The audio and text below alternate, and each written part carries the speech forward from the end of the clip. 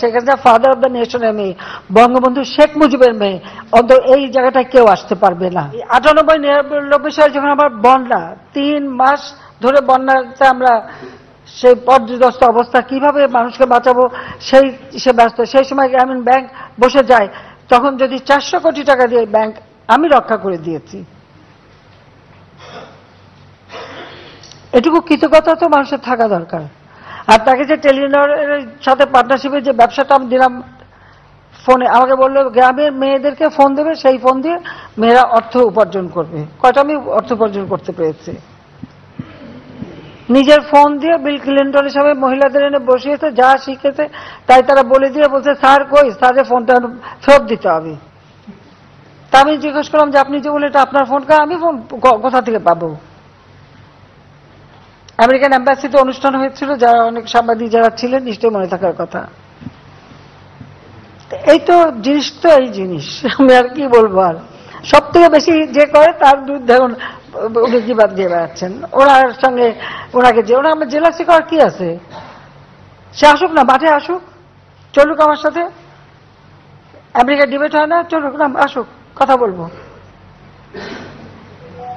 সব থেকে বেশি আজকে আর্থিক সুবিধা থেকে সবকিছু পেয়েছে তো আমার হাত থেকে।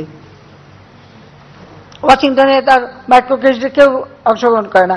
আমি গেছি সেখানে, হিলারি ক্লিন্টন এসছে, কুইন সোফি এসছে, হ্যাঁ, আমরা তাকে খুবই প্রমোট করেছি, এটা ঠিক। তার কথাটা হচ্ছে উপকারীরা বাগে খাক, যাতে উপকারটা স্বীকার করতে না হয়। এটাই তো বাস্তবতা। যা এখন ওনার পয়সা আছে, উনি লেখাচ্ছেন। এই যে কতজন নোবেল লয়েড সহ তাদের যে বিবৃতিটা, এই বিবৃতিটা কি বিবৃতি? এটা তো বিজ্ঞাপন। তো উনি যদি এতই পপুলার হবে, তার বিজ্ঞাপন দিয়ে এতজনের ইয়ে করতে হবে কেন, নাম দিতে হবে কেন? তার জন্য সারা পৃথিবী ঝাঁপিয়ে পড়বে। কেউ তো আমাকে একজনও কেউ বললো না, কেউ তো বললো না। সে কথাটা একটু চিন্তা করে দেখেন। আমি আমার একটা মামলা চলছে, আমি জানি না এটা সাবজুডিস হবে কিনা, আমি কথা বলতে চাই না, কিন্তু যেহেতু প্রশ্ন করেছে, আমার মনে 2-4টা কথা না বললে মানুষ বোধহয় ভুল বুঝতে থাকবে। শেখ হাসিনা কারোর সাথে জেলাসি করে না। Sheikh Hasina father of the নেশনের মেয়ে, বঙ্গবন্ধু শেখ মুজিবের মেয়ে, অন্তত এই জায়গাটায় কেউ আসতে পারবে না। আর সেটাই আমার গর্ব, সেটাই আমার গর্ব। প্রধানমন্ত্রী এটা তো একটা সাময়িক ব্যাপার, কিন্তু আমি তো বঙ্গবন্ধু শেখ মুজিবের মেয়ে। আমি দেশও বেছি না, দেশের স্বার্থ বেছি না। আমি সবসময় দেশের স্বার্থ রক্ষা করেই চলি। তার জন্য অনেকবার ক্ষমতা আসতেও পারিনি, আমার কিচ্ছু আসে যায় না। আমার দেশের স্বাধীনতার সার্বভৌমত্ব রক্ষা, আমার দেশের মানুষের মাথা যেন উঁচু থাকে, আমার সবসময় সেটাই কাজ। আমি এর কাছে ধর্ণা দিয়ে বেড়াই না।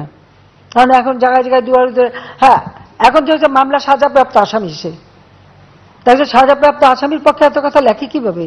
ওই সাংবাদিককে জিজ্ঞেস করেন। সে যে কনভিক্টেড, এবং সেটাও লেবার কোর্টে, সরকারি কোর্ট না, লেবার কোর্টে।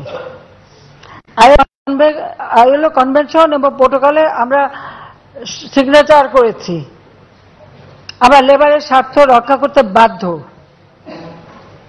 এখানে আমাদের কিছু করার নেই। এখন জন্ম সনদ দিয়ে খোলো বিকাশ স্টুডেন্ট অ্যাকাউন্ট। নিজের বিকাশ নিজে কর। আমি মনে হয় তোমারে ভালোবাসি, মনে হয় না, আসলেই ভালোবাসি।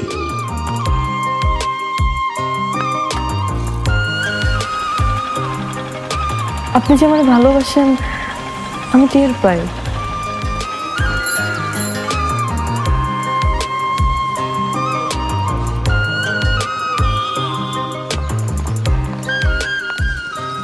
বুকের বাম পাশে যে ব্যথাটা হয়, ওই ব্যথাটার কাছে প্রশ্ন করে দেখো না, ভালোবাসো কিনা।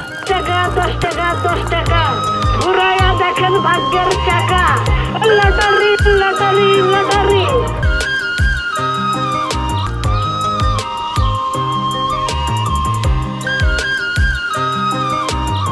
আপনি না চোখের যন্ত্রণা বুঝতে পারেন, বুঝে নেন।